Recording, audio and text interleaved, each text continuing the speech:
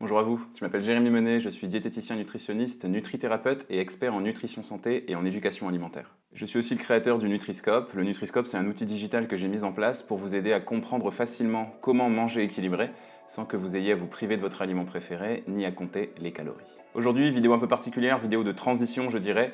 Vous n'allez pas apprendre grand chose en matière d'équilibre alimentaire, on va plutôt parler de l'avenir de cette chaîne, de l'avenir du Nutriscope et du coup de mon avenir directement. J'ai eu mon diplôme de diététicien nutritionniste il y a maintenant plus de 10 ans et je reçois au quotidien en consultation des patients avec des profils très variés.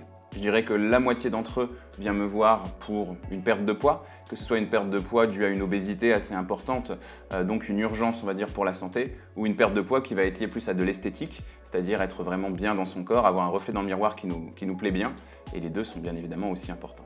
L'autre moitié vient plutôt me voir pour ma casquette de nutrithérapeute, ça veut dire que ce sont plutôt des personnes qui viennent me voir parce qu'ils ont une pathologie. Ça peut être un diabète, un taux de cholestérol un petit peu haut, un taux de triglycérides trop important, une hypertension, mais on peut aussi aller sur des choses comme la dépression, le syndrome polykystique ovarien, l'endométriose ou encore la sclérose en plaques. Le fait de me rendre compte que ça fait aujourd'hui 10 ans que je suis nutritionniste, associé au fait que je viens d'être papa, m'a amené à me poser pas mal de questions sur mon avenir, sur mon métier et sur le sens que je veux donner à ce métier au quotidien. Alors oui, j'aime mon métier, je pense que c'est un métier nécessaire, que c'est un métier utile et je trouve que c'est très satisfaisant aussi d'un point de vue personnel de se sentir utile pour les patients que j'accompagne et de voir au fur et à mesure des consultations le poids qui diminue ou leur niveau de santé qui s'améliore au fur et à mesure. J'ai un parcours scolaire et professionnel assez original pour un diététicien nutritionniste. J'ai des diplômes dans le domaine de la diététique, dans le domaine de la nutrition santé, mais aussi dans le domaine de la recherche. Ce qui fait que j'ai une approche de l'alimentation vraiment particulière, mais ce qui me permet aussi aujourd'hui d'avoir de très bons résultats avec la grande majorité des patients que j'accompagne au quotidien. Disons tout simplement qu'aujourd'hui, j'ai plus vraiment de doute sur ma capacité à accompagner efficacement quelqu'un, quel que soit son profil, quelle que soit sa pathologie.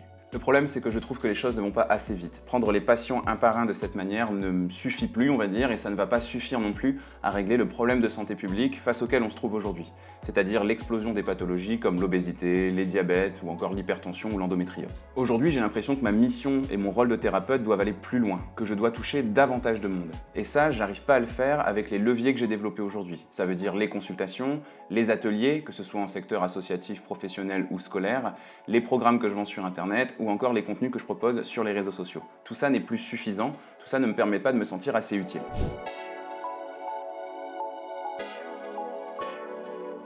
En plus de ça, quand je regarde mon métier de nutritionniste, aujourd'hui j'arrive à dresser 3 constats qui me donnent encore plus l'envie de changer les choses et de changer l'approche que j'ai de mon travail.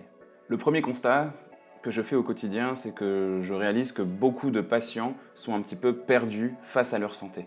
Ils ont du mal à trouver des informations crédibles pour leur permettre de prendre soin de leur santé. En France, il y a une grande majorité du pays qui est malheureusement dans une situation de désertification médicale. Ça veut dire qu'il n'y a pas assez de médecins traitants par rapport à la demande de patients, ce qui fait que les médecins traitants n'ont plus du tout le temps, en fin de consultation, de passer 5, 10, 15 minutes à faire des petits schémas et à faire des petits graphiques pour expliquer à leurs patients ce qu'il se passe dans leur corps. Du coup, les conseils que ces patients vont avoir de la part de leur médecin traitant sont soit très rapides ou même parfois un petit peu obsolètes. Je compte plus le nombre de patients qui sont venus me voir au cabinet en me disant « j'ai du cholestérol, mon médecin m'a dit de prendre des statines et d'arrêter les œufs et le fromage ». Conseil qui était valable il y a 30 ans, mais qui est plus du tout valable aujourd'hui, que ce soit dans le fond ou dans la forme, c'est complètement faux.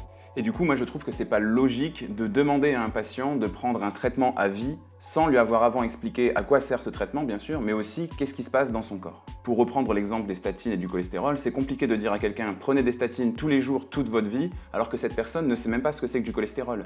Par exemple, non, le cholestérol, c'est pas du gras. Ou encore de ne pas lui avoir expliqué ce que c'est qu'une artère ou comment est-ce que ça fonctionne. Autre exemple, je pense non plus que c'est pas logique de demander à quelqu'un de prendre du lévothyrox toute sa vie alors qu'il ne sait même pas à quoi sert la thyroïde. Je suis convaincu que vous êtes votre premier médecin. Vous êtes la première personne qui prend des décisions pour votre santé. Et je pense que vous devez comprendre ce qui se passe dans votre corps pour vous impliquer dans votre santé et vous permettre d'avoir des bons résultats. L'efficacité de votre traitement passe par la compréhension de votre maladie. Du coup, ça donne des patients qui vont chercher des informations auprès de leurs proches, sur les réseaux sociaux auprès des influenceurs ou à droite à gauche sur Internet. Et le souci, c'est que la plupart de ces informations, elles sont souvent à côté de la plaque. La conséquence, c'est qu'en consultation, je dois passer une bonne petite partie du rendez-vous à déconstruire toutes ces informations complètement erronées et à toutes ces légendes, on va dire, qu'il y a autour de l'alimentation. Non, il ne faut pas s'affamer pour perdre du poids. Non, compter les calories ne sert à rien. Non, les œufs ne donnent pas de cholestérol. Et non, Thibaut InShape n'est pas un nutritionniste. Deuxième constat, je constate aussi que la nutrition est souvent proposée aux patients qui viennent me voir comme un dernier recours. alors que je pense que ça devrait être une priorité dans la prise en charge de leur pathologie et dans la mise en place de leur traitement. Hippocrate, qui est, on va dire, le premier à avoir étudié la nutrition il y a de ça plusieurs milliers d'années, disait que ta nutrition, que ton alimentation soit ta première médecine. Et je pense qu'aujourd'hui, on oublie un petit peu ça, et les patients qui viennent me voir, en fait, ont souvent un petit peu tout essayé, tous les traitements possibles, et finalement, dernière solution qu'on leur propose, c'est d'aller équilibrer un petit peu le contenu de leur assiette. Comme je le dis souvent en conférence, tout notre corps, le moindre millimètre carré de notre peau, de nos cheveux, de nos organes, de nos os, était avant un aliment. C'est un peu compliqué de nous résumer à ça, mais finalement, nous ne sommes que la réorganisation de petites briques qu'on a apportées à notre corps grâce à notre alimentation. On mange des aliments, on les digère, on casse tout ça en plein de petites briques, et notre corps va réorganiser tout ça pour aller construire des tissus tels que des os, des muscles ou autres. Et donc ça paraît logique. Comment voulez-vous construire un corps en bonne santé en lui apportant des briques de mauvaise qualité à cause d'aliments de mauvaise qualité? Ça n'a pas de sens, ça ne peut pas fonctionner. Et c'est pour ça que je pense que l'équilibrage alimentaire doit être le premier accompagnement proposé à un patient avant même de penser à la prise de compléments alimentaires ou de médicaments quels qu'ils soient. Troisième et dernier constat, je constate que la nutrition et l'équilibre alimentaire sont souvent vus par les patients qui viennent me voir comme quelque chose de forcément privatif. Il y a beaucoup de patients qui rentrent de mon cabinet un petit peu à reculons parce qu'ils sont convaincus que je vais les interdire de manger du chocolat ou du fromage ou que je vais leur donner une liste d'aliments interdits. Malheureusement, le problème, c'est que cette crainte, elle est souvent justifiée. Je vous mets à l'écran là des exemples de plans alimentaires que j'ai récupérés auprès de patients qui sont allés voir des collègues à moi et on voit que finalement, on est sur des choses qui ne sont pas du tout personnalisées et ou alors des listes d'aliments ou des tableaux complètement indigestes avec des quantités d'aliments et des listes d'aliments interdits.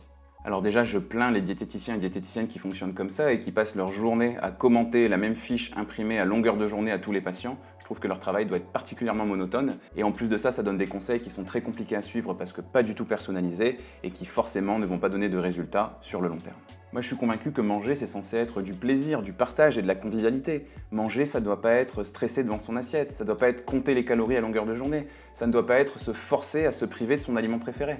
Ça tient pas la route pour moi, cette vision de l'alimentation. Mais finalement, après 30 ans où on vous a vendu des modèles alimentaires basés sur la privation et sur le régime, et où les médias ont mis en avant des nutritionnistes bidons comme Dukan ou Cohen, et bien forcément, les patients qui arrivent dans mon cabinet, ils pensent qu'il faut qu'ils s'affament, il faut qu'ils pensent qu'ils se privent pour avoir des résultats. Alors que dans la plupart des cas, moi je demande souvent à mes patients de manger même plus que ce qu'ils ne mangent, plus d'aliments de qualité bien sûr, et ça illustre une phrase que je sors très souvent, c'est que manger moins et manger mieux sont deux concepts complètement différents. D'ailleurs, s'il y a des anciens patients à moi que j'ai accompagnés et à qui j'ai demandé de manger plus mais qui ont réussi à perdre du poids, n'hésitez pas à le mettre dans les commentaires. Bref, pour faire simple, vous n'allez quand même pas passer toute votre vie à compter les calories, vous n'allez quand même pas passer toute votre vie à ne pas oser regarder une tablette de chocolat dans les yeux. Ça n'a pas de sens, non. Il faut réussir à vous proposer un modèle alimentaire différent de celui-ci.